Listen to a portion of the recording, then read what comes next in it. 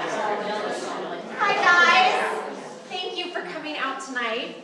Our actors have worked really hard. It's amazing to me that 11 days ago, some of them had never set foot on stage. Many of them did not know each other. And in 2 weeks, less than 2 weeks, they have become a tight-knit, creative family. And I'm excited for you to see what they've put together. Couple things. First of all, please make sure your cell phones are off. They've worked hard and we don't want to distract them in the middle of their performance. And the second thing is, you'll hear a lot of music in this show, and I had some questions after the first performance today.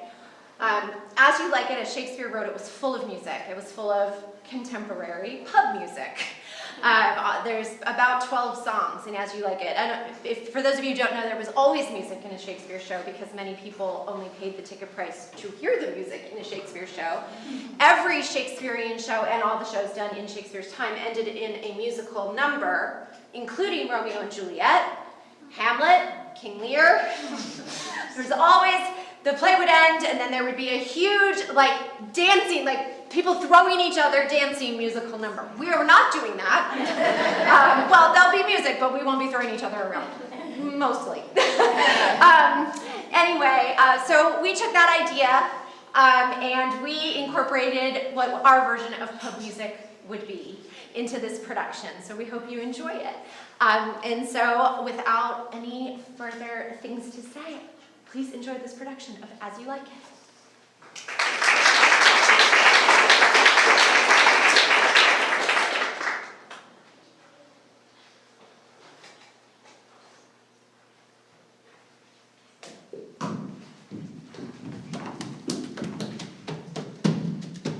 We have learned in whatever situation we are to be content. We know how to be brought love and how to abound. And then in every circumstance, we have learned to seek your face in plenty And hunger, abundance, and need. We can do all things through Him who strengthens us. Philippians 4. From you we have been absent in the spring, when proud-pied April, dressed in all his trim, hath put a spirit of youth in everything. That heavy satin laughed and leapt through them. Yet nor the lays of birds, nor the sweet smell of different flowers, in odor and in hue, could make us any summer stories tell, or from their proud lap pluck them where they grew. Nor did we wonder at the lilies white, nor praise the deep vermilion in the rose. They were but sweet, but figures of delight, drawn after you, you pattern of all those. Yet seemed the winter still, and you away, as with your shadows we with these did play. As I remember, Adam, it was bequeathed me by will 1,000 crowns, and charged my brother to breed me well. And there begins my sadness. My brother Jack, he keeps at school. For my part, he keeps me rustically at home, or, to speak more properly, stays me here at home unkept. For call you that keeping for a gentleman of my birth, that differs not from the stalling of an ox. His horses are bred better. He bars me the place of a brother. This is it, Adam, that grieves me, and the spirit of my father, which I think is within me, begins to mutiny against this servitude. I will no longer endure it, yet I know no wise way of how to avoid it. Yonder comes my master, your brother. Go apart, Adam, and thou shalt hear how he will shake me up.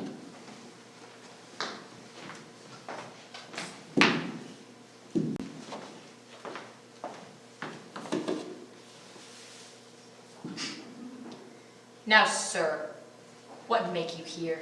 I am not taught to make anything. Marry, sir, be better employed. Know you where you are, sir. Oh, sir, very well, here in your orchard. Know you before whom, sir? I know you are my eldest brother. The courtesy of nations allows you my better, and that you are the firstborn. But the same tradition takes not away my blood, were there 20 brothers betwixt us. I have as much of my father in me as you. Albeit, I confess, your coming before me is near to his reverence. Wilt thou lay hands on me, villain? I am no villain. I am the youngest son of Sir Rowland de Boys. He was my father, and he is thrice the villain who says my father begot villains. If thou wert not my brother, I would not take this hand from thy throat till this other pulled out thy tongue for saying so. Sweet masters, be patient. Let me go, I say. My father charged you in his will to give me good education. You have trained me like a peasant. The spirit of my father grows strong in me. I will no longer endure it. Therefore, give me the poor lottery my father left me, and with that I will go buy my fortunes. And what wilt thou do? Beg when that is spent? I will not long be troubled by you. You shall have some part of your will. I pray you, leave me. Get you with him, you old dog. Is old dog my reward?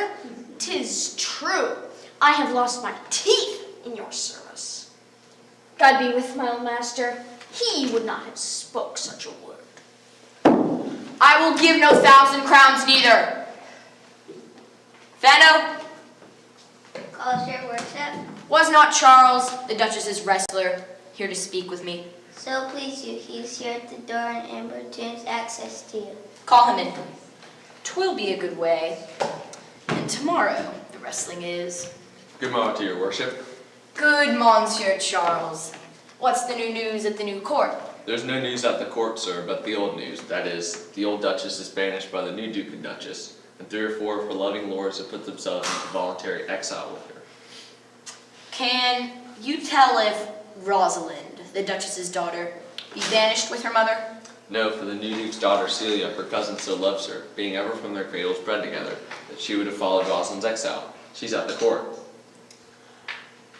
Where will the Dowager Duchess live? They say she's already in the Forest of Arden, and a merry crew with her, and there they live like the old Robin Hood of England. They say many young ladies and gentlemen flock to her every day. You wrestle tomorrow before the new Duchess. Marry do I, sir, and I came to acquaint you with a matter. I am given, sir, secretly to understand that your younger brother Orlando hath a disposition to come in disguised against me. Your brother is but young and tender, and for your love I loathe to foil him if he come in, for my own honor. I had myself known of my brother's purpose and have labored to dissuade him from it. But he is resolute. I'll tell thee, Charles, he's the stubbornest young fellow of France, full of ambition, a villainous contriver against me, his natural brother. Therefore, I had as lief if thou didst break his neck as his finger. For I assure thee, and almost with tears I speak it, there's not one so young and so villainous this day living. I'm heartily glad I came hither to you, sir. If he come tomorrow, I'll give him his payment. God keep your worship. Farewell, good Charles. Now I will stir this gamester. I hope I shall see an end of him, for my soul, though I know not why, hates nothing more than he.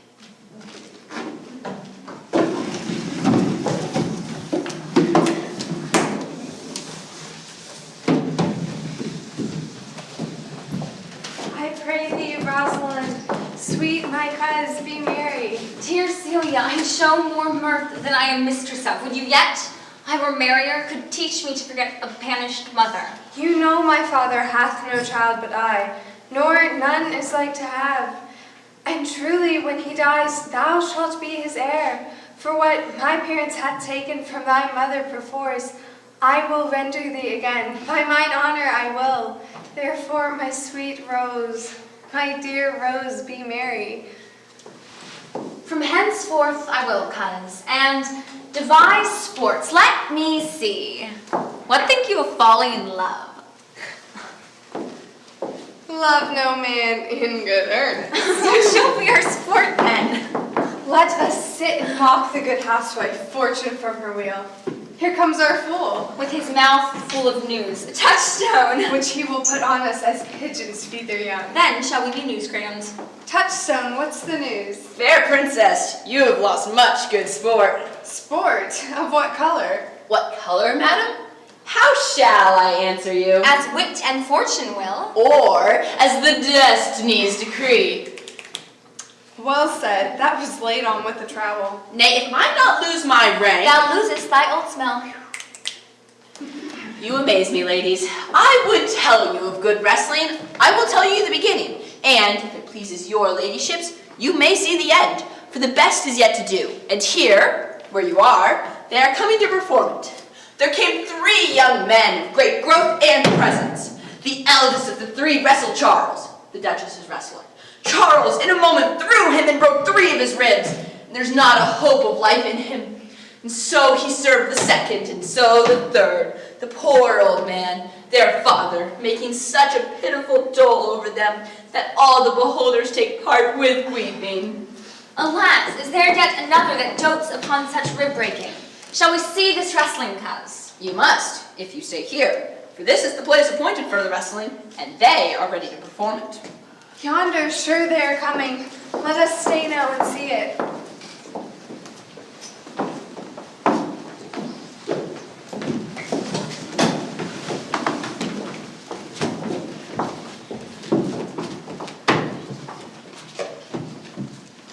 Is yonder the man?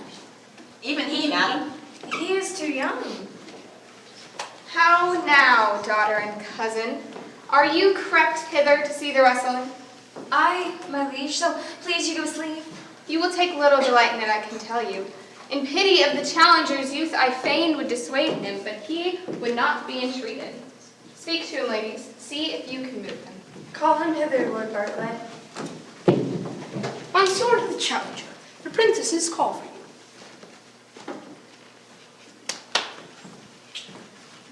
Young man, have you challenged Charles the wrestler? I come in, as others do, to try the strength of my youth. Young gentleman, your spirits are too bold for your years. You have seen cruel proof of this man's strength. We pray you, for your own sake, to embrace your own safety and give over this attempt. Do, good sir, we will make it our suit to the Duchess that the wrestling might not go forward. I beseech you, let your fair eyes and gentle wishes go with me to my trial, wherein, if I be foiled, there is but one shame, if killed, but one dead. I will do my friends no wrong, for I have none to lament me, the world no injury, for in it I have nothing. The little strength I had, I wear it with you. And mine to eke out hers. Come, where is this young gallant that is so desirous to lie with his mother earth? If you mean to mock me after, you should not have mocked me before. No Hercules be thy speed, good man. Fight! Yeah. Go! Get him! Move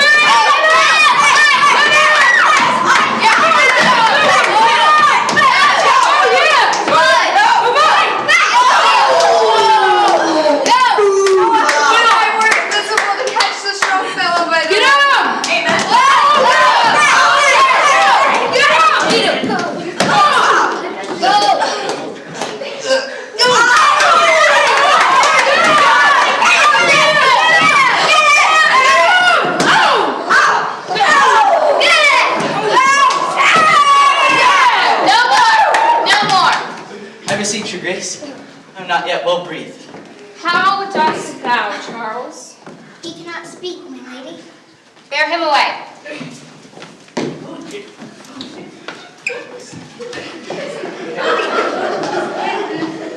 What is thy name, young man? Orlando, my liege, the youngest son of Sir Alan Boys. I would thou hadst been son to some man else. The world esteemed thy father honorable, but I did find him still mine enemy. Thou shouldst have pleased me better with this deed, hadst thou descended from another house. But fare you well, thou art a gallant youth. I would thou hadst told me of another father. I am more proud to be Sir Alan's son, his youngest son, and would not change that calling. My father loved Sir Rowland as his soul, and all the world was of my father's mind. Had I known this young man his son, I would have given him tears unto entreaties ere he should have thus adventured. Gentle cousin, let us both thank him and encourage him.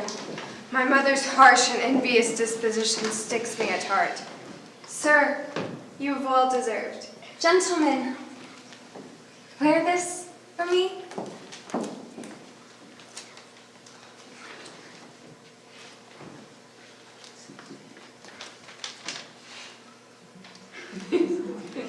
I am out of suits with fortune, or would give more.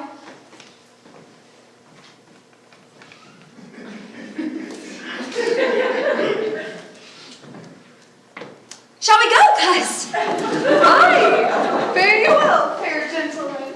Can I not say I thank you? Did you call, sir? Sir, you have wrestled well and overthrown far more than your enemies.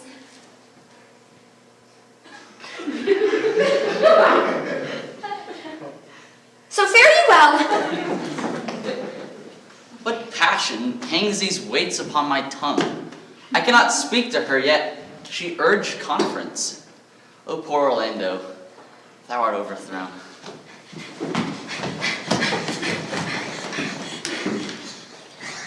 Good sir, I do in friendship counsel you to leave this place, albeit you have deserved high commendation, true applause and love.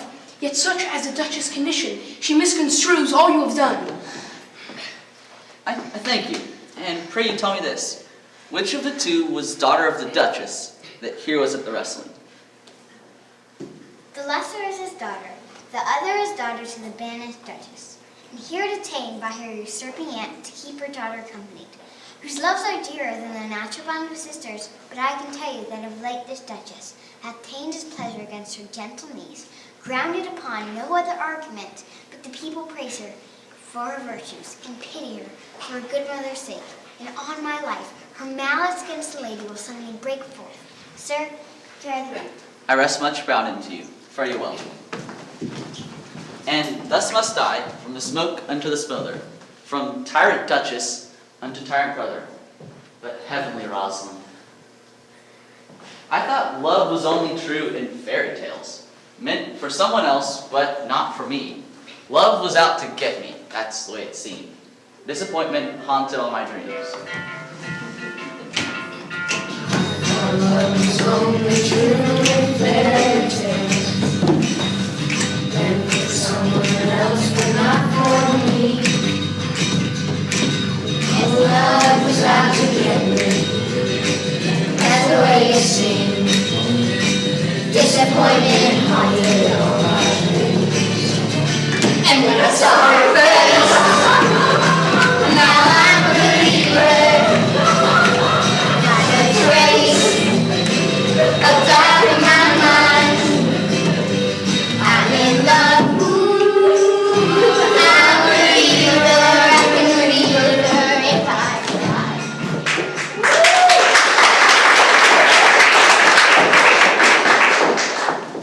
Why, cousin, why, Rosalind, but is all this for your father? No, some of it is for my child's father.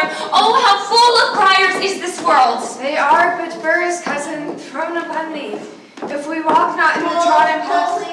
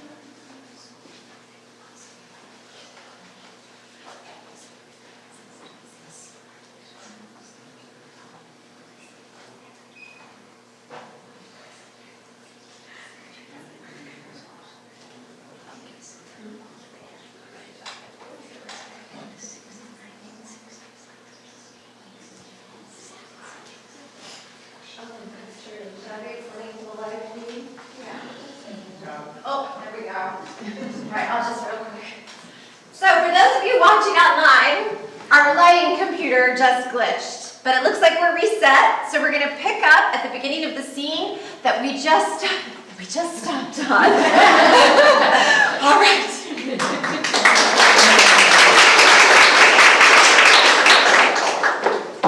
Why, cousin? Why, Rosalind? But is all this for your father? No, some of it is for my child's father. Oh, how full of briars is this world. They are but burrs, cousin, thrown upon thee. If we walk not in the trodden paths, our very petticoats will catch them. I could shake them off my petticoats. No, these burrs are in my heart. Come, come. Wrestle. with thy affections. Oh, they take the part of a better wrestler than myself. Is it possible that on such a sudden you should fall into such a strong liking with old Sir Rowland's youngest son? My father loved his father dearly. Doth it therefore ensue that you should love his son so dearly? By this kind of chase, I should hate him, for my mother hated his mother dearly. Yet I hate not Orlando. Oh, Faith, do not hate him for my sake. Do you love him? Because I do. Look, here comes your mother, the Duchess. With her eyes full of anger.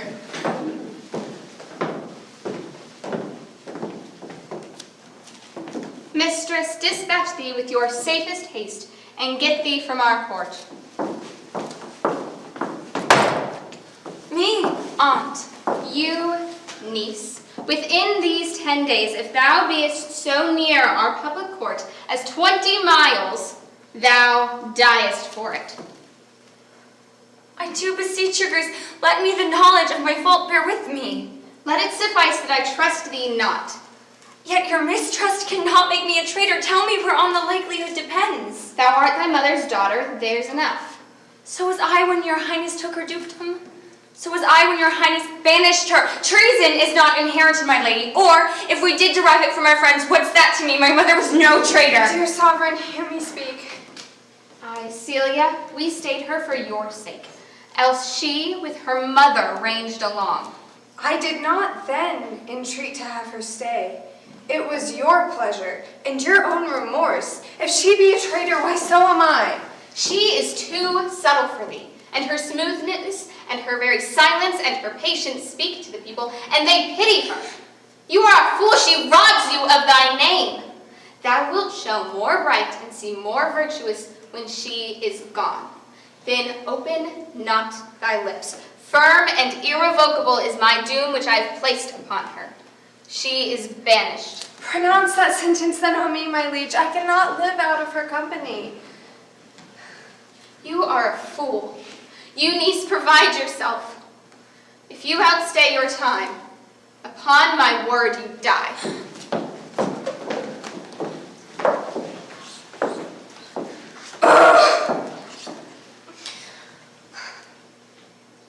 Let my mother seek another heir. Therefore, devise with me how we may fly, whither to go and what to bear with us. And do not seek to bear your griefs yourself. Say what thou canst, I'll go along with thee. Whither shall we go?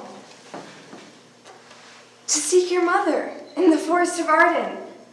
Alas, what danger will it be to us maids as we are, to travel forth so far? Beauty provoketh thieves sooner than gold. I'll put myself in poor and mean attire, and with a kind of umber smirch my face. The like you do, so shall we pass along and never stir assailants. Were it not better, because I am more than common tall, that I did suit me all points like a man? What shall I call thee when thou art a man? I'll have no worse name than Jove's own page. And look, therefore you call me Ganymede. But what'll you be called? Something that hath a reference to my state. No longer Celia, but Aliena. But cousin, what if we essayed to steal the clownish fool from your mother's court? Would he not be a comfort to our travels? He'll go along o'er the wide world with me. Leave me alone to woo him. Let's away and get our jewels and our wealth together. Devise the fittest time and the safest way to hide us from the pursuit that will be made after my flight. Now go we in content to liberty and not to banishment.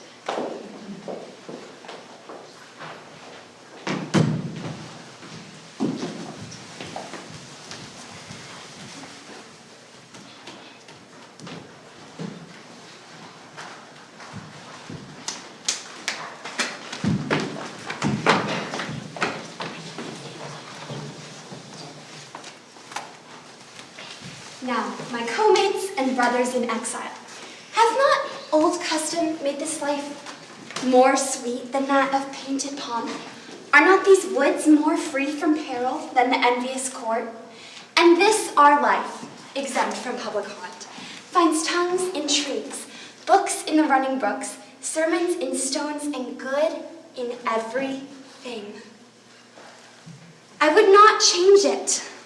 Happy is your grace that can translate the stubbornness of fortune in so quiet and so sweet a style. Come, shall we go and kill us venison? And yet, it irks me.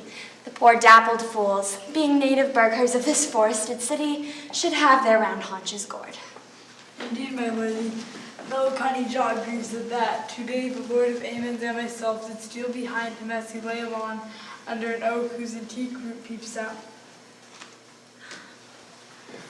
To the which, along the ruddy brook that brawls along the spud, to the which place there lay a poor sequestered stag, that from the hunter's aim had ta'en her, had coarse Jock's nose and innocent nose in Pitchy's chase. Oh, poor Jacques. But what quoth he? Did he not moralize upon this spectacle? Oh yes, and to 1,000 similes, yea, and of this our life, swearing that we are mere usurpants, tyrants, and worse, to fright up the animals and killing them in their assigned native dwelling place. And did you leave him in this contemplation? We did, my lady, weeping and commenting upon the sobbing deer. Show me the place. I love to cope him in these sullen fits. I'll bring you to him straight. When he's weary, feeling small, when tears are in his eyes, we will drive them all. Or on his side. Oh, when times are rough and friends just can't be found.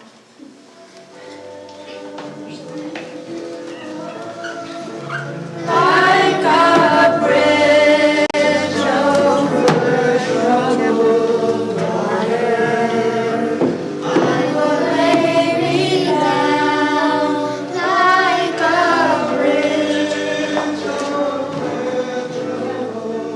water. Can it be possible that no man saw them? Cannot be. Some villain of my court is of consent and sufferance in this. I cannot hear of any that did see her. The ladies, the attendants in her chamber, saw her bed in the morning early. They found the bed untreasured in their mistress. My lady, the Romish clown, at whom so oft your grace was wont to laugh, is also missing. Hesperia, the princess's gentlewoman, confesses that she secretly overheard your daughter and her cousin much commend the parts and graces of the wrestler they did but lately foil the sinewy Charles. And she believes wherever they are gone, that youth is surely in their company. Send to his brother. Fetch the gallant here. If he be absent, bring his brother nigh. I'll make him find him. Do this suddenly, and let not search and inquisition quail to bring again the foolish runaways.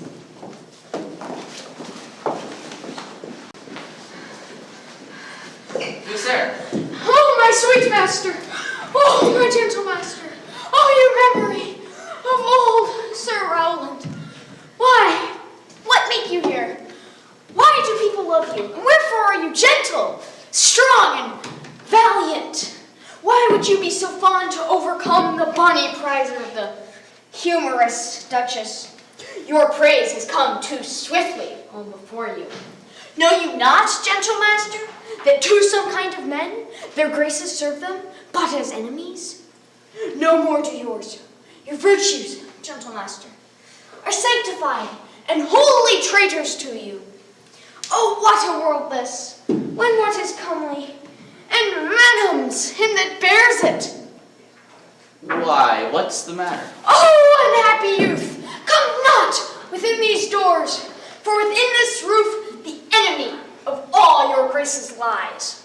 Your brother, yet no brother, yet the son, yet not the son. I will not call him son, of him I was about to call his father, hath heard your praises, and this night he means to burn the lodging where you used to lie, and you within it. This is no place. This house is but a butchery. Abhor it. Fear it. Do not enter it. Why, whither, Adam, wouldst thou have me go? No matter whither, so you come not, thou have me go and beg my food with a base and boisterous sword, and force a thievish living on the common road? But do not so. I have 500 crowns. The thrifty hire I saved under your father, which I did store to be my foster nurse, when service should and my old limbs lie lame. Take that, and he that doth the ravens feed, ye providently caters for the sparrow.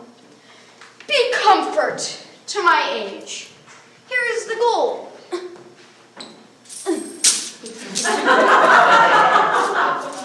All this I give you. Let me be your servant. Though I look old, I am yet strong and lusty. Oh, good old man, how well in thee appears the constant service of the antique world. But, poor old man, thou prunest a rotten tree that cannot so much as a blossom yield in lieu of all thy pains and husbandry. Master, go on, and I will follow thee to the last gasp in truth and loyalty, from 17 years till now near 80. Here lived I, but now live here no more. At 17 years, many their fortune seek, but at 80, it is too late a week. Yet fortune cannot recompense me better than to die well, and not my master's debtor.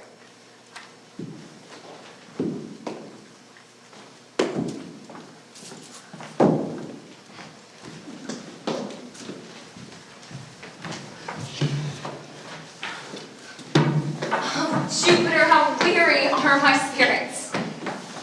I care not for my spirits.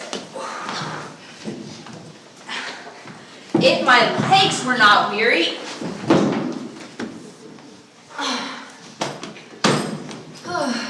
Well, I could find it in my heart to disgrace my man's apparel and to cry like a woman, but I must comfort the weaker vessel, just as doublet and hose ought to show itself courageous to petticoat. Therefore, courage, good Eliana. I pray you, bear with me. I cannot go no further.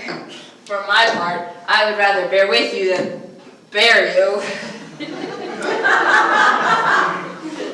Well, this is the forest of Arden. Aye, now I am in Ardennes and the mournful lie. When I was at home, I was in a better place, but travelers must be content. Aye, be so good, Touchstone. Look you, who comes here?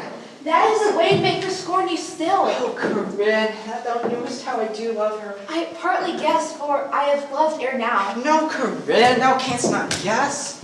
Oh, thou didst then ne'er love so heartily. If thou rememberest not the slightest folly that ever love did make thee run into, thou hast not loved.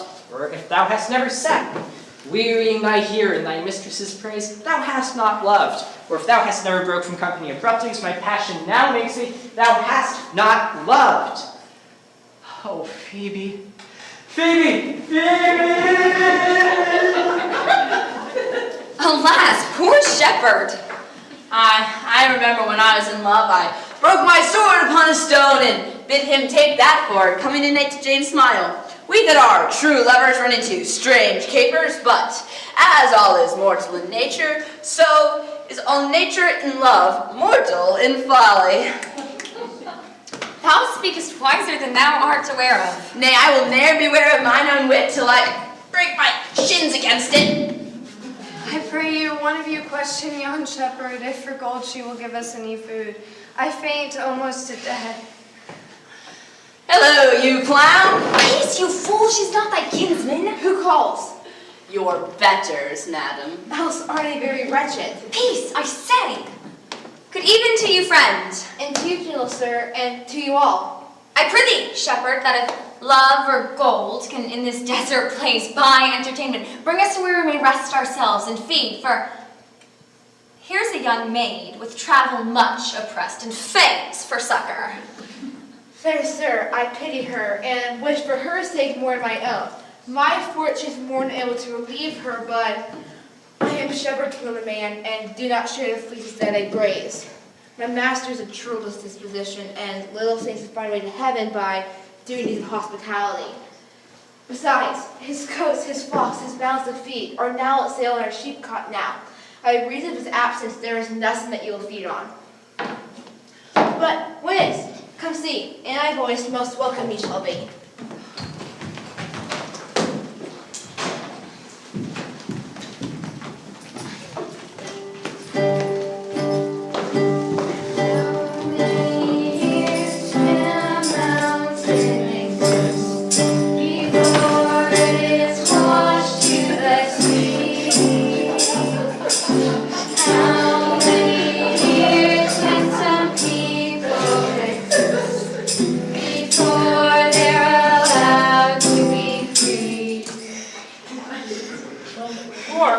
More, I prithee, more. Will make you melancholy, Monsieur Jacques. I think it. More, I prithee, more. I can suck melancholy out of son as a weasel sucks eggs. More, I prithee, more. And you will, Monsieur Jacques. Nay, I care not for their names. They owe me nothing. Come, sing.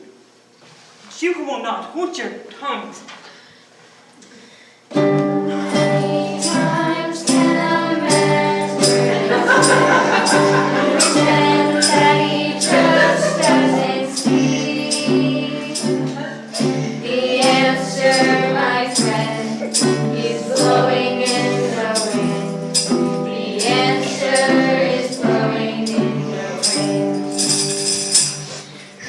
See the Duchess. Her banquet is prepared. Oh, my sweet master, I can go no further. Oh, I die for food. Here I lie down and measure out my grief. Farewell, kind master.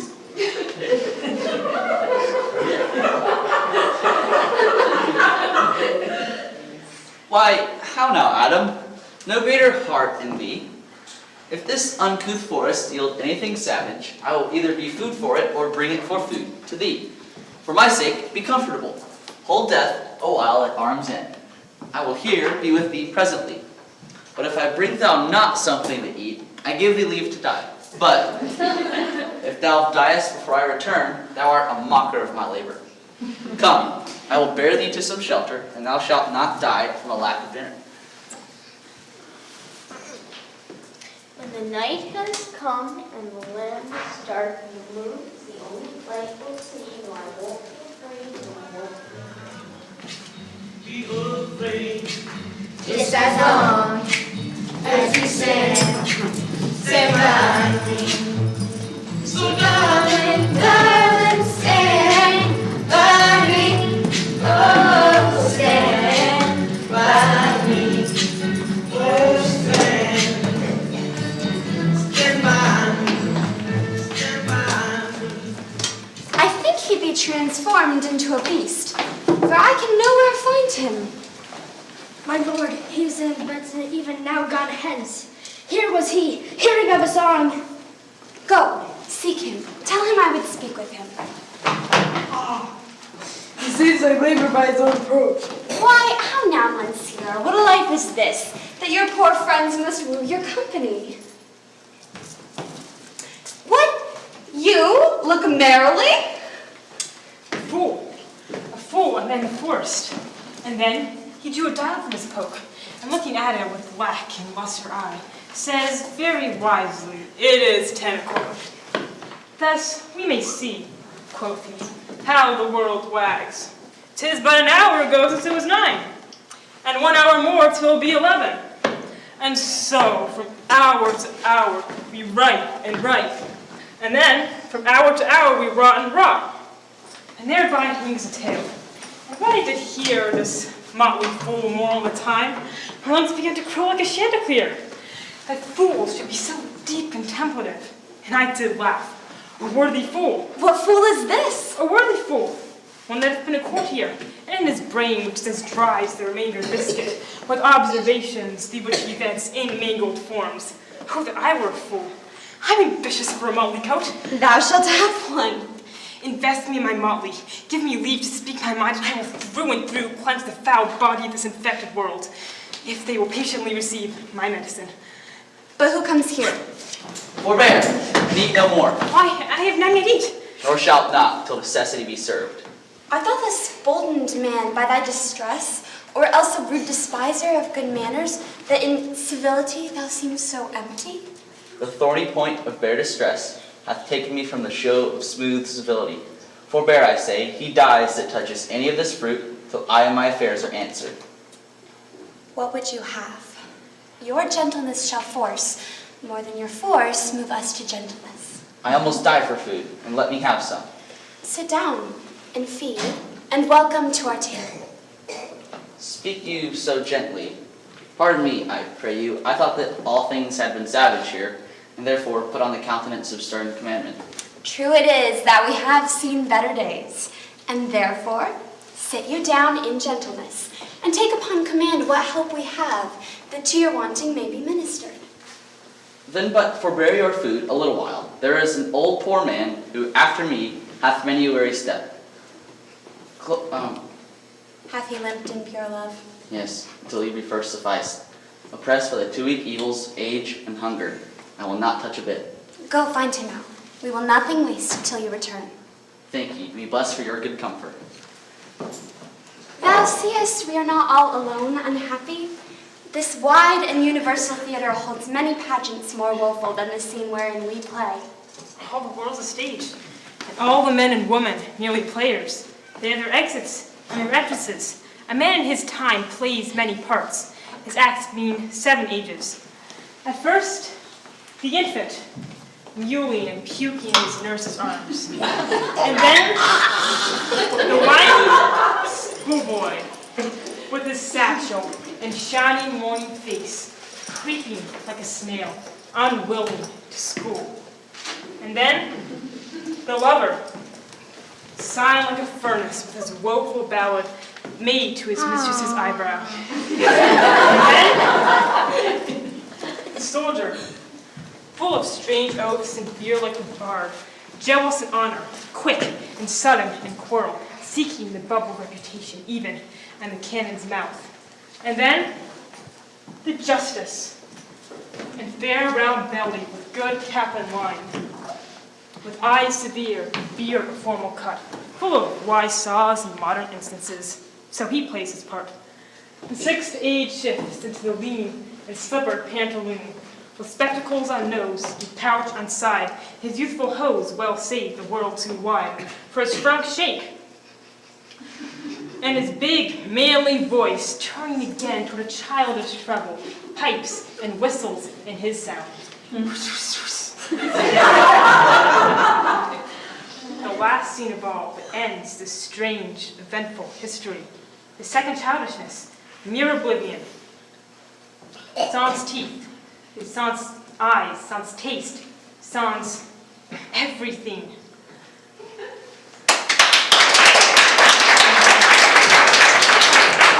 Welcome! Set down your venerable burden and let him feed. I thank you most for him. So had you need. I scarce can speak. Thank you, myself. Welcome. Fall to. I will not trouble you as yet to question you about your fortunes.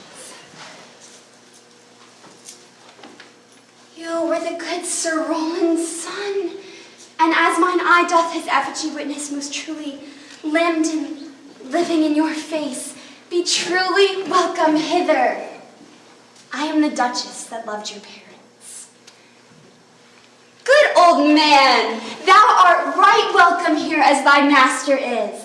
Support him by the arm. Give me your hand, and let me all your fortunes understand. See, it doesn't matter what you wear, just as long as you are there. So come on, every gent, grab a girl. They'll be dancing in they're dancing in the street. This is an invitation across the nation, a chance for folks to meet. They'll be laughing, singing, music screaming, dancing in the street. Come on,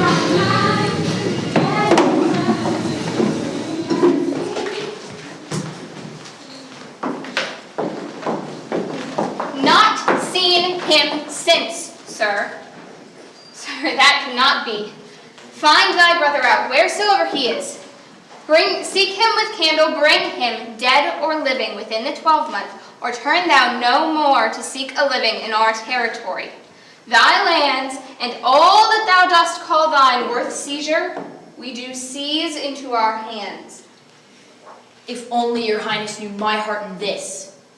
I never loved my brother in my life.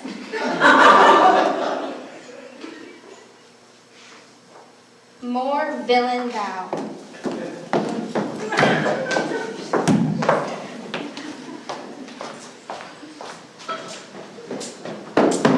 O Rosalind, these trees shall be my books, and in their barks my thoughts I'll character, that every eye which in this forest looks will see thy virtue witnessed everywhere. Run, run, Orlando, carve on every tree the fair, the chaste, and unexpressive she. And how about the shepherd's life, Master Touchstone? In respect of itself, it is a good life. But in respect that it's a shepherd's life, it is not. In respect that it is in the fields, it doth please me well. In respect that it is not in the courts, it is tedious. But as it is a spare life, it fits my humor well. But as there is no more plenty in it, it goes much against my stomach. Hast thou any philosophy in thee, shepherd? No, more what that I know. That the more one sickens, the worse at ease he is. That he that much money means he contends if without 3 good friends. That the purpose of rain is to wet and fire to burn. That good pasture steals fat sheep, and that a great cause of night is lack of the sun. And one that has learned not a wit by nature, nor art making plans good breeding, but in the company of dull kindred. Such a one is a natural philosopher. Hast thou ever been in court, shepherd? No, truly. Then thou art damned. For not being at court, your reason. If thou was never at court, thou never saw good manners. If thou never saw good manners, then thy manners are wicked. And if wickedness is sin, and sin is damnation, thou art in a very perilous state, shepherd. Not a whit, Touchstone. Those that are good mannered in court are as ridiculous in the country as the behavior in the country is mockable in the court. You told me don't salute the court, yet you kiss your hands. That courtesy would be unclean if courtiers were shepherds. I earn that I eat, get what I wear, and be no man's happiness, not of other man's good. And my greatest pride and my greatest joy is to see my veal suckle and my lambs grazed. Look, here comes Master Ganymede, my new mistress's brother. From the east to western end, no jewel is like Rosalind. Ha! Her worth, being mounted on the wind, through all the world bears Rosalind. All the pictures fairest lined are but black to Rosalind. Let no fair be kept in mind but the fair of Rosalind. I could rhyme you so 8 years together. Dinners, suppers, and sleeping hours accepted. For a taste, if a heart do lack a hind, let him seek out Rosalind. If a cat do after kind, let him seek out Rosalind. Winter garments must be lined, so must slender Rosalind. Sweetest nut with sour rind, such a nut is Rosalind. Peace, you doleful, I found them on a tree. Truly, the tree yields bad fruit. Didst thou hear these verses? Oh yes, I heard them all, and more too. For some of them had in them more feet than the verses could bear. That's no matter. The feet might bear the verses. Aye, but the feet were lame and could not bear themselves without the verse, and therefore stood lamely in the verse. But didst thou hear these verses without wondering how thy name should be hanged and carved upon these trees? I was 7 of the 9 days out of the wonder before you came. For here, look what I found on a palm tree. I was never so blind since Pythagoras' time. Trow you who hath done this? Is it a man? And a chain that you once wore about his neck. Change you color. I prithee, who? Oh, Lord! Lord! Nay, but who is it? most petitionary vehemence, tell me who it is. Oh, wonderful, wonderful, and most wonderful, wonderful, and yes, again, wonderful. And after that, out of all hoping. Good my complexion, dost thou think that though I am comparisoned like a man, I have a doublet and a hose within my disposition? 1 inch of delay is a selfsy of discovery. I prithee, tell me who it is quickly, and speak apace. I would thou couldst stammer, that thou may pour this concealed man out of thy mouth, as wine comes from a narrow-mouthed bottle, either too much at once or none at all. I prithee, take the cork out of thy mouth, that may drink thy tidings. So you may put a man in your belly. It is young Orlando that tripped up the wrestler's heels and your heart, both in an instant. In faith, 'cause 'tis he. Orlando. Orlando. Alas, the day! What shall I do with my doublet and hose? What did he when thou sawest him? How looked he? What said he? Did he ask for me? What makes him here? Where remains he? When shalt thou see him? And how parted he with thee? Answer me in one word. You must give me Gargantua's mouth first. 'Tis a word too great for any mouth. But doth he know that I am in this forest and in man's apparel? Looks as freshly as he did the day he wrestled. Give me audience, good madam. Proceed. There lay he, stretched along like a wounded knight. Oh, though it be pity to see such a sight, it well becomes the ground. Cry, hold to thy tongue, I prithee. He was furnished like a hunter. Oh, ominous, he comes to kill my heart. I would sing my song without a burden. Thou bringest me out of tune. Do you not know that I am a woman? When I think, I must speak. Sweet, say on. Soft, comes he not here? 'Tis he, sleep by and note him. I thank you for your company, but good faith, I had as lief have been myself alone. And so had I, but yet for fashion's sake, I thank you too for your society. Let's meet as little as we can. I do desire we may be better strangers. I pray you, mar no more trees with writing love songs in their barks. I pray you, mar no more of my verses with reading them ill-favoredly. Rosalind's your love's name? Yes, just. I do not like her name. There was no thought of pleasing you when she was christened. What stature is she of? Just as high as my heart. You are full of pretty answers. The worst fault you have is to be in love.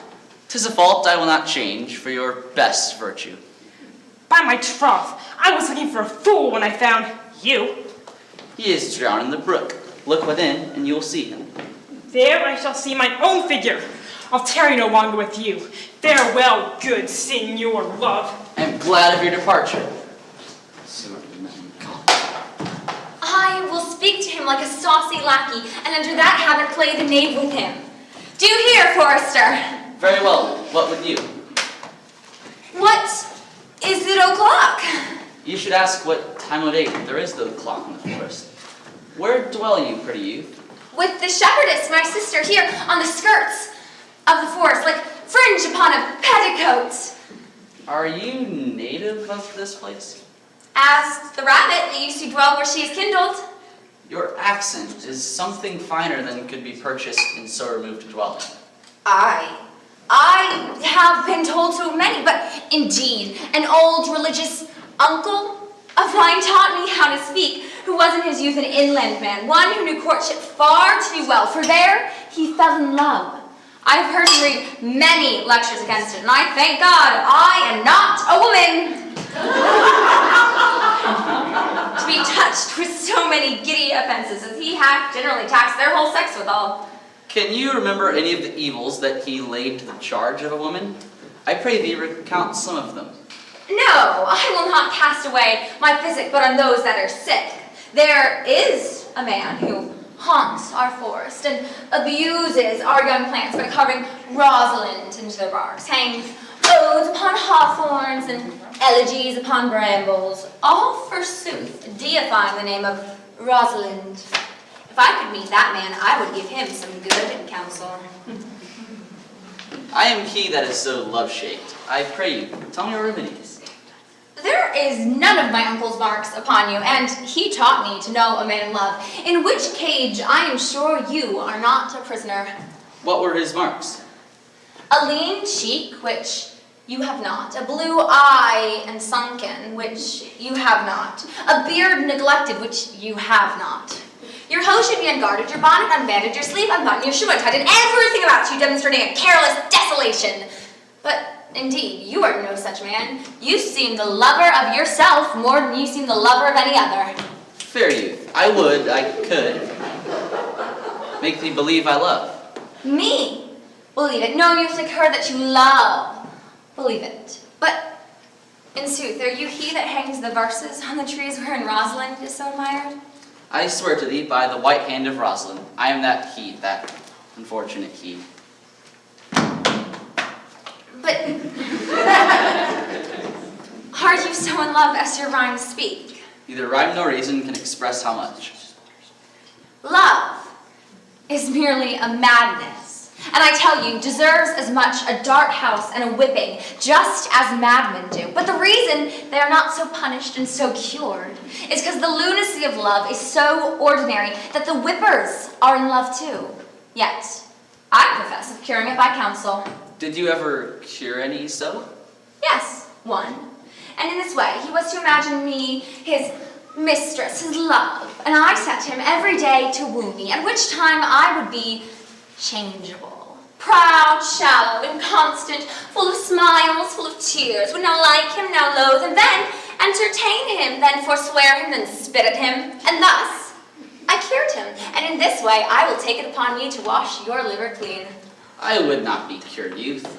I would cure you, if you would but call me Rosalind and come every day to my cote and woo me. Now, by the faith of my love, I will, good youth. Nay, you must call me Rosalind. Come, sister.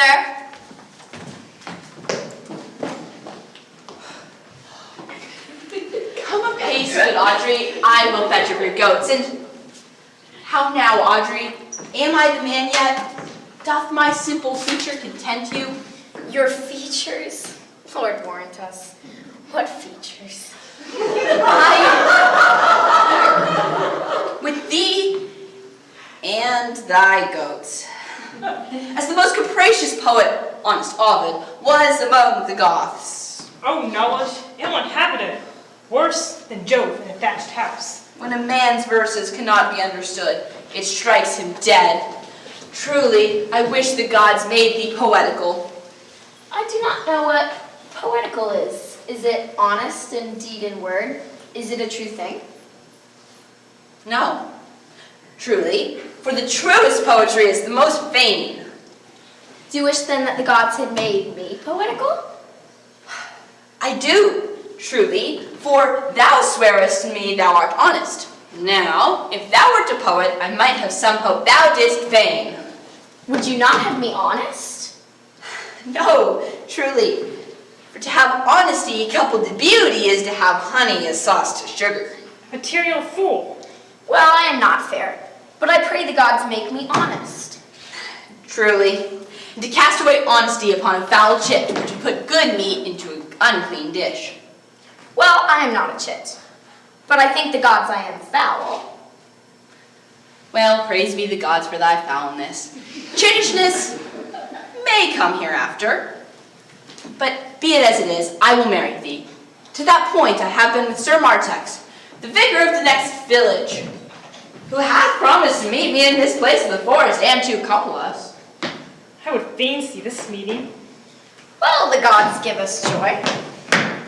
Amen. A man may, if he were of a fearful heart, stagger in this attempt. For here we have no temple but the woods, no assembly but hearts and hinds. Courage! As a walled town is worthier than a village, so is the forehead of a married man more honorable than the bare brow of a bachelor. Here comes the Reverend. Sir Martex, you are well met. Will you dispatch us here under this tree, or shall we follow you to your chapel? Is there none here to give this woman? Truly, she must be given, or marriage is not lawful. Proceed. Proceed, I'll give her. Good even, master. What do you call it? You are well met. Very glad to see you. Cover thyself. Will you be married, Motley? As the ox hath his bow, the horse his curb, and the falcon its bells, so hath the man his desires. And will you, be a man of your breed, be married under a bush like a beggar? Get you to a church where you can have a good priest who can tell you what marriage is. This fellow will join you as they join wainscot, and one of you will prove like a shrunk panel, and like green timber, warp, warp. I am not in the mind that I would better be married of him than another, for he is not like to marry me well, and not being well married would be a good excuse hereafter to leave my wife. Go thou with me, let me counsel thee. Come, Audrey, we must be married, or live in Baudry. Do you remember when?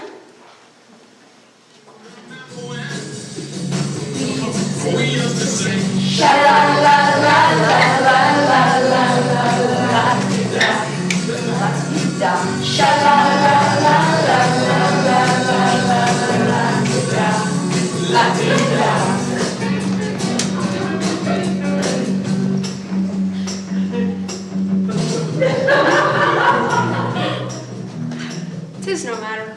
Ne'er a fantastical knave of them all shall flout me out of my calling. Never speak to me, I will weep.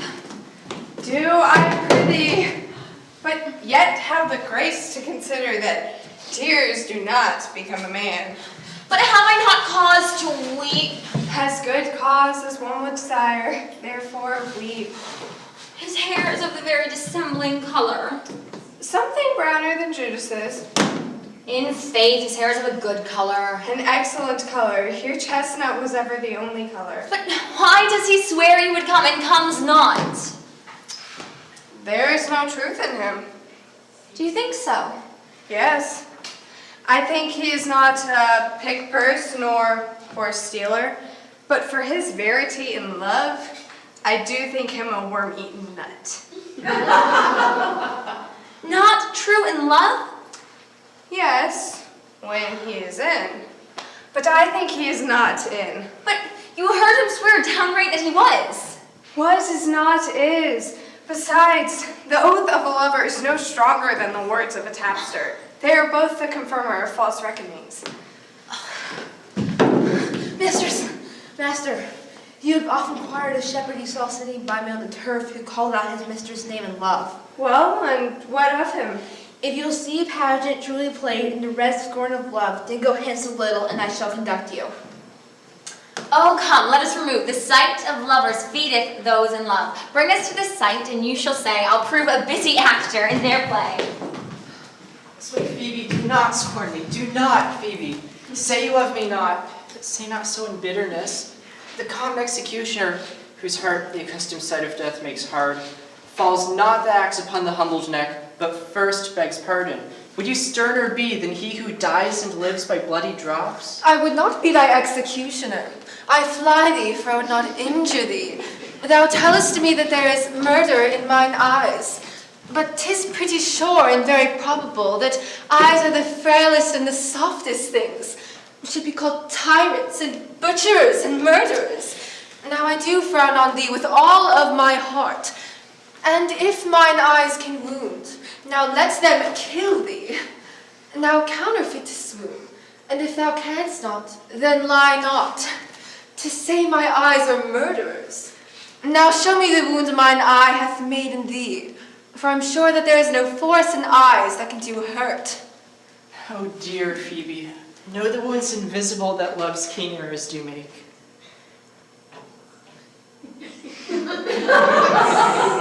But till that time, come not thou near me, and when that time comes, afflict me with thy mocks.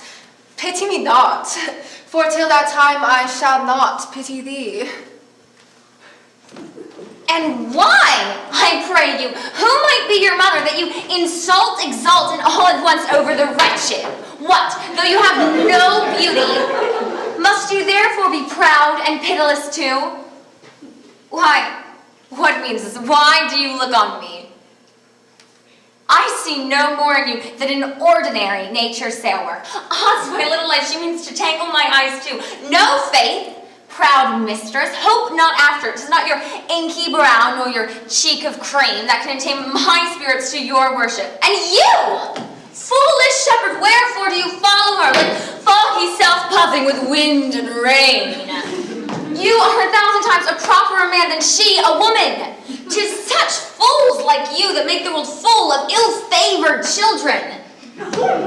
'Tis not her glass, but you that flatters her. And you, mistress, know yourself, and down on both knees, and thank heaven fasting for a good man's love.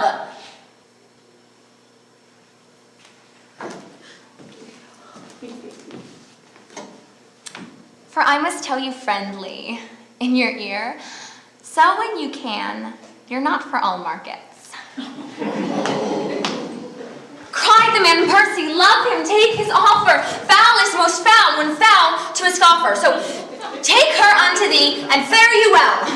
Sweet youth, I pray you I'd rather hear you chide than this man woo. I pray you, do not fall in love with me, for I am falser than vows made in wine. Besides, I like you not. Come, sister.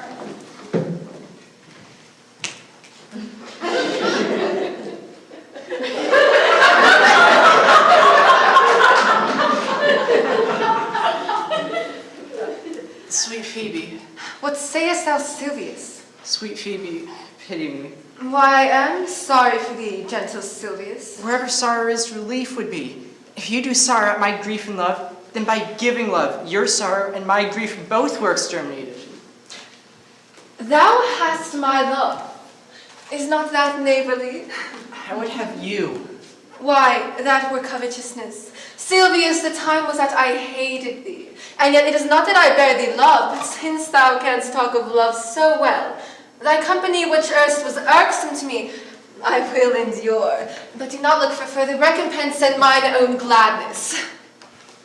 So holy and perfect is my love, and I in such a poverty of grace, that I shall think it a most plenteous crop to glean the broken ears after the man that the main harvest reaps. Loose now and then a scattered smile, and that I'll live upon. Knowest now the youth that spoke to me erewhile? Not very well, but him I've met oft, and he has bought the cottage and the bounds that the old Carlet was once master of. Think not I love him, though I ask for him. 'Tis but a peevish boy, but yet he talks so well. But what did I care for words, yet words do well, when he that speaks them pleases those that hear. He is not very tall, but for his years he is tall. The best thing in him is his complexion, and his legs, but so-so. But 'tis well for my part, for I love him not, nor hate him not. But I suppose I have more reason to hate him than to love him. For what had he to do to chide me? I wonder why I answered him not again. But that's all one. Omittance is no quittance. I shall write him a very taunting letter, and thou shalt bear it for me. Wilt thou, Silvius? Dear Phoebe, with all my heart. I'll write it straight. The matter's in my head and in my heart. I will be bitter with him in passing short. Go with me, Silvius. Will you still keep when I'm 64?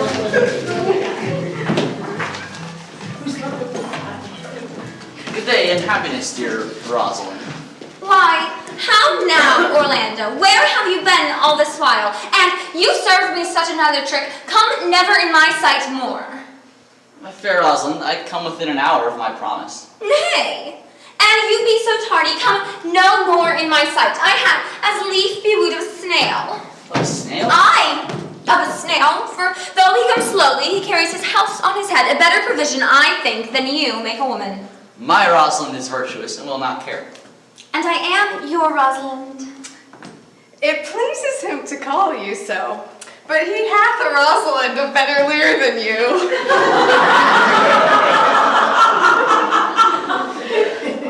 But come, woo me, for now I will be Rosalind in a holiday humor. Am I not your Rosalind? I take some joy to say you are, because I would be talking of her. Well, in her person I say I will not have you. Then in mine own person I die. No, Faith. The world is almost 6,000 years old, and in all this time there's not any man who's died in a love cause. Men have died from time to time, and worms have eaten them, but never for love. I would not have my right Rosalind of this mind, for I protest, her frown might kill me. It would not kill a fly. But come, now I will be your Rosalind in a coming-on disposition, and ask what you will, and I will grant it. Then love me, Rosalind. Aye, Faith, will I, Fridays and Saturdays and all. But wilt thou have me? Aye, and 20 such. What? Are you not good? I hope so. Why, then, can one desire too much of a good thing? Come, sister, you shall be the priest and marry us. Give me your hand, Orlando. What do you say, sister? I cannot say the words. You must begin. Will you, Orlando? Go to. Will you, Orlando, have to wife this Rosalind? I will. Aye, but when? Why, as fast as she can marry us. Then you must say, I take thee, Rosalind, for wife. I take thee, Rosalind, for wife. And how long would you have her once you possessed her? Forever and a day. No. Say a day without the ever. No, no, Orlando. Men are like April when they woo, December when they're wed. Maids are like May when they're maids, but the sky changes when they are wives. I will be more jealous of thee than a rooster over its head, more clamorous than a parrot against the ring, more giddy in my desires than a monkey. I will weep for nothing when thou art disposed to be merry, and laugh like a hyena, and that when thou art inclined to sleep. But will my Rosalind do so? By my life, she will do as I do. Oh, but she is wise. Or else she would not have the wit to do this. Make the doors on a woman's wit, and 'twill out at the casement. Stop that, and 'twill out at the keyhole. Shut that, and 'twill fly with the smoke out the chimney. For these 2 hours, Rosalind, I must leave thee. I must attend the Duchess at dinner. I will be back with thee by 2 o'clock. Aye, go your ways, go your ways. I knew what you would prove. My friends told me as such. 2 o'clock is your hour. Aye, sweet Rosalind. By my troth, and in good earnest, and so God mend me, and by all the pretty oaths that are not dangerous, break one jot of your promise, or come 1 minute past your hour, and I will consider thee the most pathetical break promise, and the most hollow of lovers, and the most unworthy of her that you call Rosalind. Therefore, beware my censure, and keep your promise. With no less religion than if thou wert indeed my Rosalind. So do.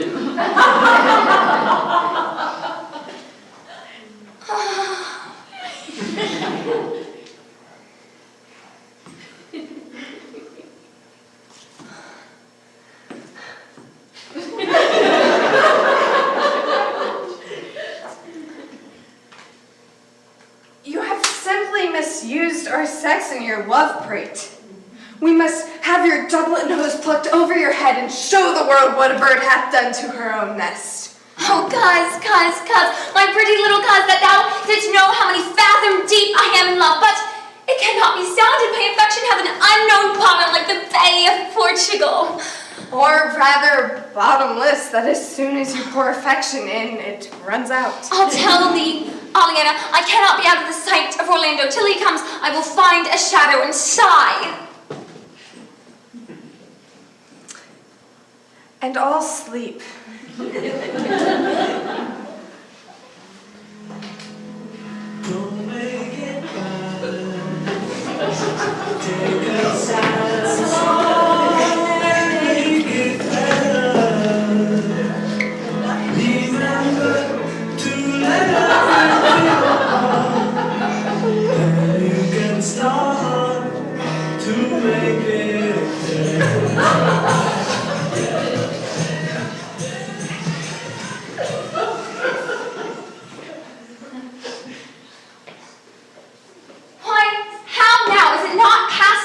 And here, much Orlando. I warrant you with pure love and troubled brain, he hath ta'en his bow and arrows and come forth to sleep. My errand is to you, fair youth. My gentle Phoebe bid me give you this. I know not the contents, but as I guess by the stern bound, waspish action she deduced from writing it, it bears an angry tenor. Pardon me, I'm but a guiltless messenger. She says that I am not fair, that I lack manners. She calls me proud and says that she could not love me were man as rare as Phoenix. Odds my will, her love is not the hare that I do hunt. Why writes she so to me? Well, Shepherd, well, this is a letter of your own device. What? No, I protest. I know not the contents. Phoebe did write it. I say she never did invent this letter. This is a man's invention and his hand. Sure, it is hers. Will you hear the letter? So pleased at you, for I've never heard it yet. I've heard too much of Phoebe's cruelty. Art thou God, to shepherd turned, that a maiden's heart hath burned? Can a woman rail thus? Call you this railing? Whiles you did chid me, I did love. How then might your prayers move? He that brings this love to thee, little knows this love in me. Will you the faithful offer take of me and all that I can make, or else by him my love deny, and then I'll study how to die? Alas, you poor shepherd. Do you pity him? No, he deserves no pity. What? Wilt thou love such a woman to make thee an instrument and play false strains upon thee? No, not to be endured. Well, go to her and say this to her, that if she love me, I charge her to love thee, and if she will not, I will never have her.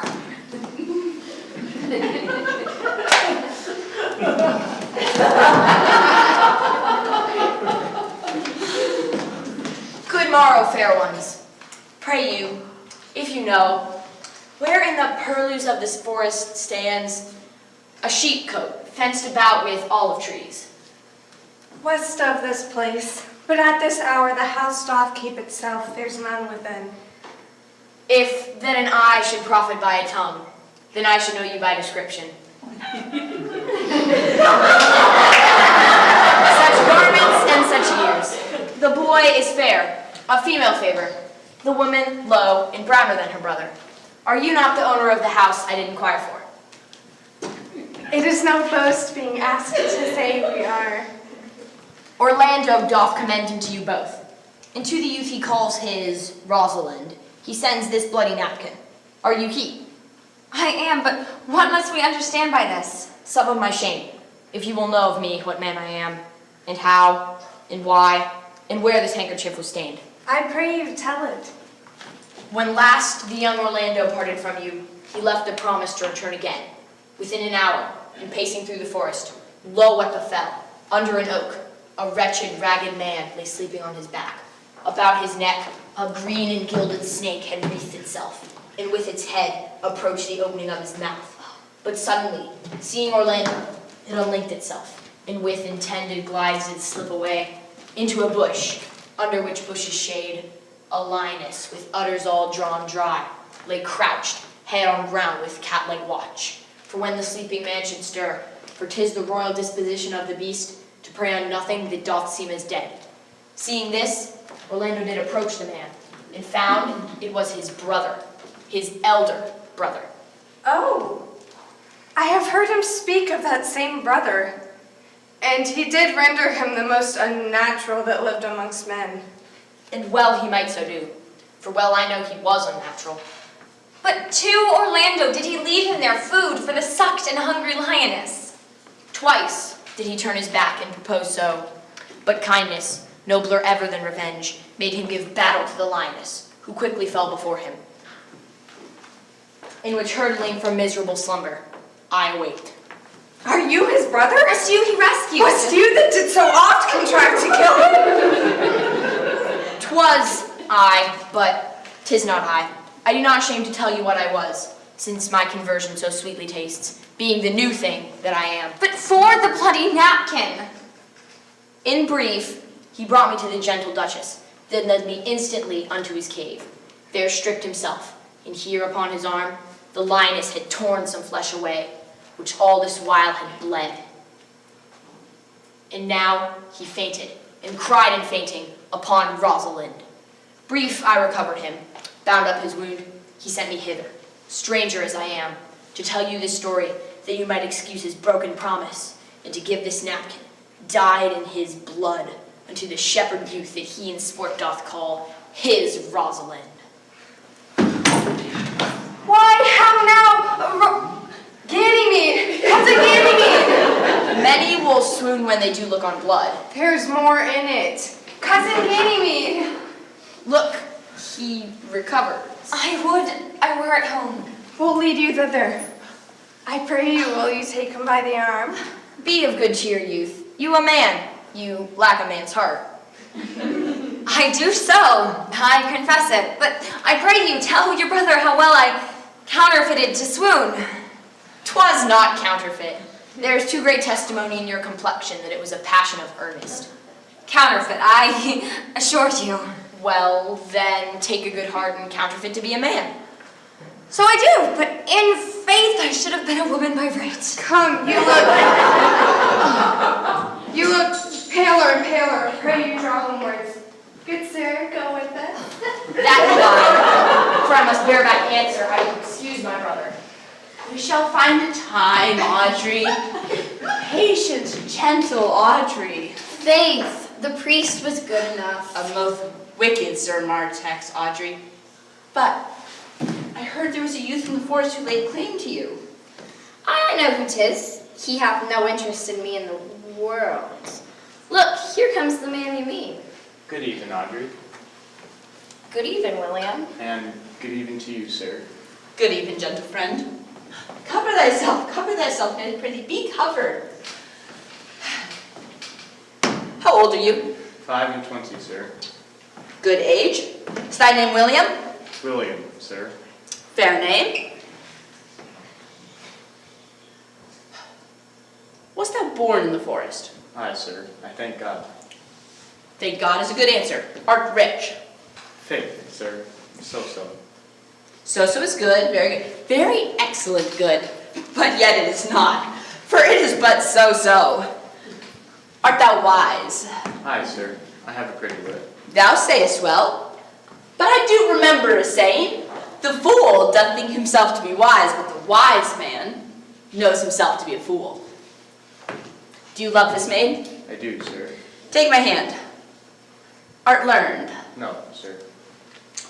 Then learn this of me. Drink, being poured out of a cup into a glass. To fill the one, you must empty the other. For all the writers consent that ipsa is he. Now, sir, you are not ipsa, for I am he. Which he, sir? He, sir, that must marry this woman. Therefore, you clown, abandon, which is in the vulgar, depart from this society, which in the boorish is company of this female, which in the common is woman, which altogether is abandon the society of this female, or, you clown, thou perish. Or to thy better understanding, thou diest. To wit, I kill thee. I will deal with thee in poison or in steel. I will o'errun you with policy. I would kill you 150 ways. Therefore tremble and depart. Do, good William. God rest you merry, Audrey. My mister and master seek you. Come, away, away. Trip 2, Audrey. I attend.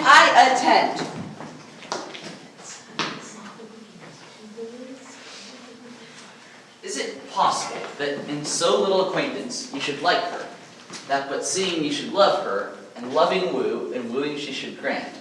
And will you persevere to enjoy her? Neither call the giddiness of it in question, the poverty of her, the small acquaintance, my sudden wooing, nor her sudden consenting, but that I love Aliena. And it shall be to your good. From my father's house, and all the revenue that was old Sir Rowland's will, I estate upon you, and to here live and die a shepherd. You have my consent. Let the wedding be tomorrow. I will invite the Duchess and all of her followers. Go, prepare Aliena, for here comes my Rosalind. God save you, brother! And you, fair sister. Oh, my dear Orlando, how it grieves me to see they wear their heart in a scarf. It is my arm. Oh! I thought thought it was thy heart that had been wounded with the claws of a lion. Oh, did your brother tell you how I counterfeited to swoon? Aye, and greater wonders than that.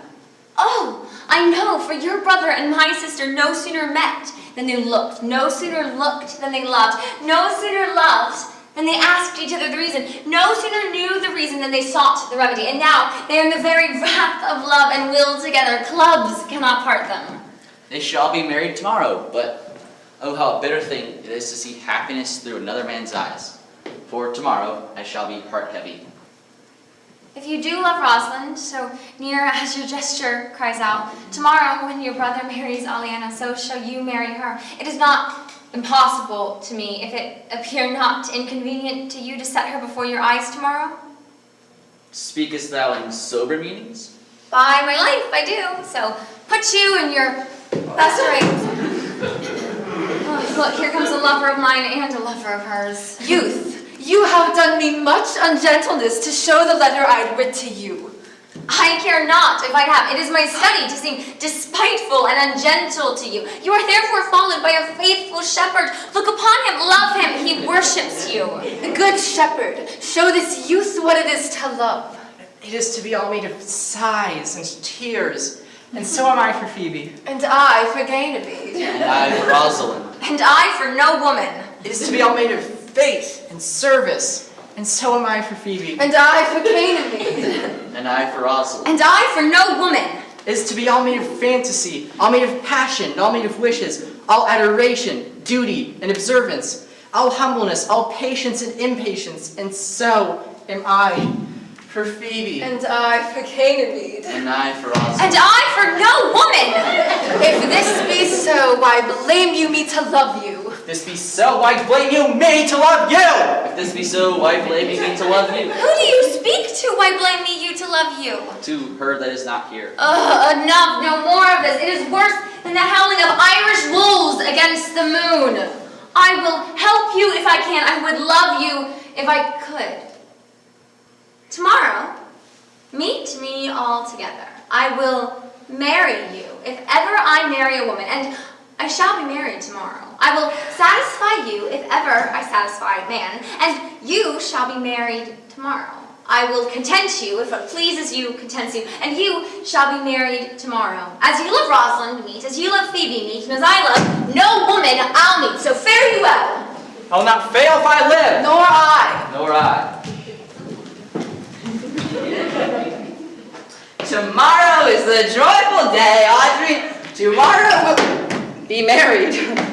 I do desire with all my heart, and hope it is no dishonest desire, to desire to be a woman of the world. Look, here comes the gypsies. Well met, all those gentlemen. By my troth, well met. Come, sit, and a song. Here for you, sit in the middle. Shall I clap into the rendezvous without hawking or spinning or saying that we're a horse? Aren't there only products who have voice? In faith, and both in tune like two gypsies on a horse. Touchstone takes a donkey to the jeweler's store, buys a 20-carat golden ring, takes it back to Audrey waiting at the door, and as he gives it to her, she begins to sing. Oh, la-dee, oh, la-da, that goes on, la-la, that goes on. Oh, la-dee, oh, la-da, that goes on, la-la, that goes on. Truly, young gentlemen, while there was no great matter in the ditty, the note was very untunable. You are deceived, sir. We kept our time. We lost not our time. By my troth, yes. I count it but time lost to hear such a foolish song. God be with you, and God mend your voices. Come, Audrey. Oh, la-dee, oh, la-da, that goes on. Dost thou believe, Orlando, that the boy can do all this that he hath promised? I sometimes do, and sometimes do not. Patience once more while our compact is urged. You say if I bring in your Rosalind, you'll bestow her on Orlando here. That would I. And you say you'll have her when I bring her. That would I. You say you'll marry me if I be willing. That will I. Or else refusing me, you will give yourself to this faithful shepherd. So is the bargain. And you say you'll have Phoebe if she be willing. That will I. I have promised to make all these matters even. Keep your word, O Duchess, to give your daughter. Keep your word, Orlando, to receive her daughter. Keep your word, Phoebe, to marry me, or else refusing me to wed the shepherd. You, yours, Silvius, to wed Phoebe if she do refuse me. And from hence I go to make all these doubts even. There is another flood toward, and these couples are coming toward the ark. Here comes a pair of very strange beasts, which in all tongues are known as fools. Salutations and greetings to you all. Bed and welcome, my lady. This is the molly-minded gentleman I've met so often in the forest. He hath been a court here, he swears. If any man doubt me, let me put him to my purgation. I have trod a measure, I have flattered a lady, I've been politic with my friend and smooth with mine enemy. And I have undone 3 tailors. By my faith, he is very swift and sententious. God gild you, madam. I press him here among the rest of the country couples to swear and to forswear, as marriage binds and blood breaks. This poor virgin, my lady, this ill-favored thing, my lady, but mine.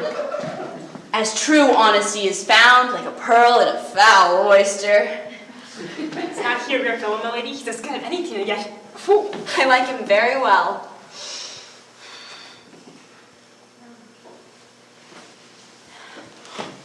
Then, is there mirth in heaven?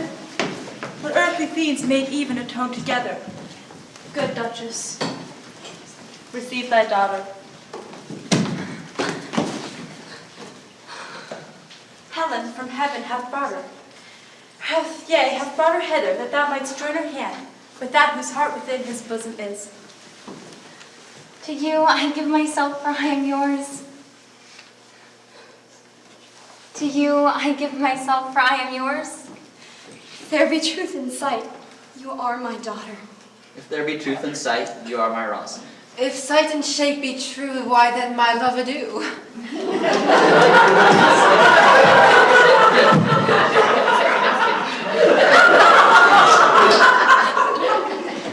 I'll have no mother if you be not she, nor have no husband if you be not he, nor ne'er wed woman if you be not she. Heaps ho, I bar confusion, because I must make a conclusion of these most strange events. Here's 8, that must take hands to join in heaven's band, if truth holds true content. You and you no cross shall part. You and you are heart in heart. You, to his love, must content, or have a woman to your lord. You and you are shore together as winter to foul weather. Oh, my dear niece, welcome thou art to me. Even daughter welcome in no less degree. I will not eat my word, for thou art mine. Thy faith my fancy to thee doth combine.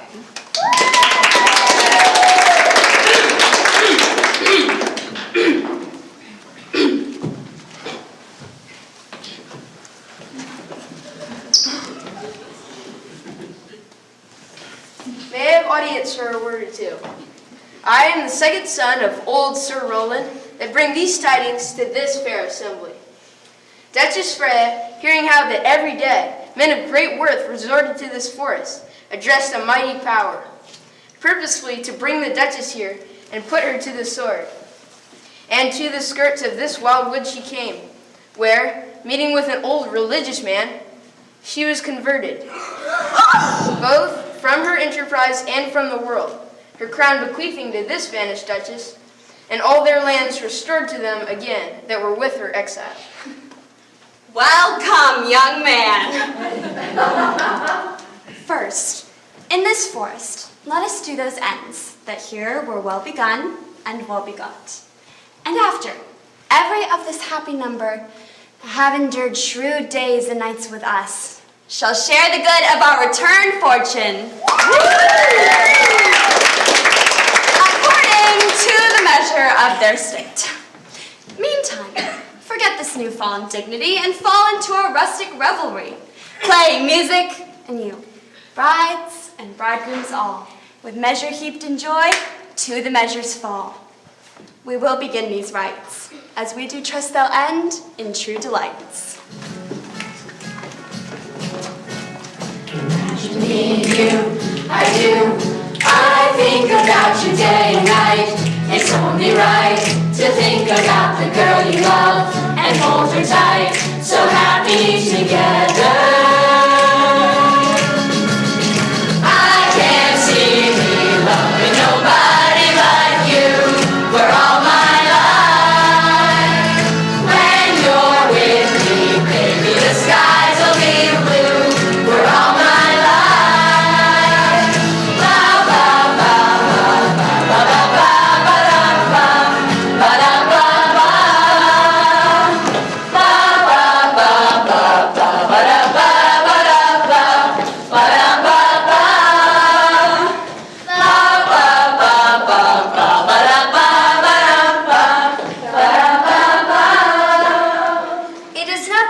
To see a lady in the epilogue. There is no more handsome than to see the door of the prologue. 'Tis true that good wine needs no ivy, and 'tis true that a good play needs no epilogue. But to sell good wine, they do use ivy, and good plays prove the better by the help of good epilogues. What a case we are in then. We have neither good epilogues nor we can insinuate it was a good play. Then conjure them! I'll begin with the woman. I charge you, a woman, for the love you bear to men, to like as much of this play as please you. And I charge you, O man, for the love you bear to women, as I perceive by your simpering, none of you hates them, that between you and the women the play may please. If I were a woman, I would kiss as many of you as had beards that please me. Complexions that liked you, and breasts that you define not. And we are sure as many as have good beards or good faces or sweet breaths will for our kind offer when we make curtsy. Bid us farewell!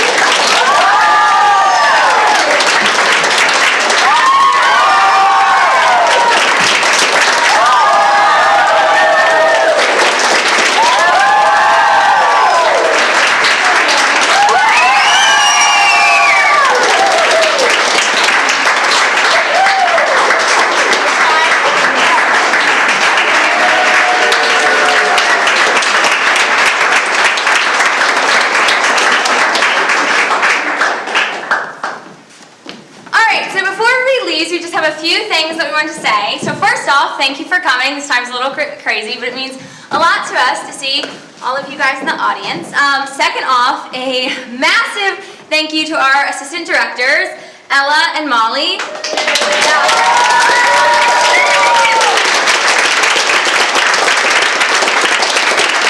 showed up every single day to put up with us crazy people, and they gave us our blocking and our cues and our lines, and ultimately they kind of gave us our sanity throughout the 2 weeks. And then also such a massive, massive thank you to our director, Ms. Pitt Chambers.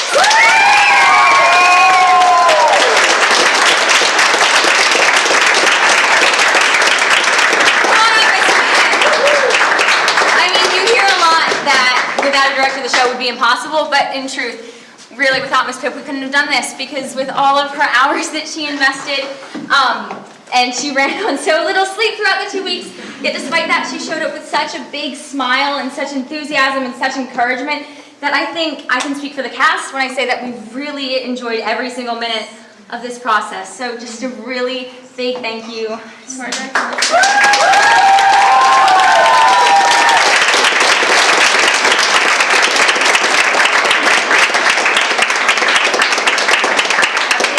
Yeah, we are. Love was only true in fairy tales, and for someone else, but not for me. Love was out to get me. That's the way it seems.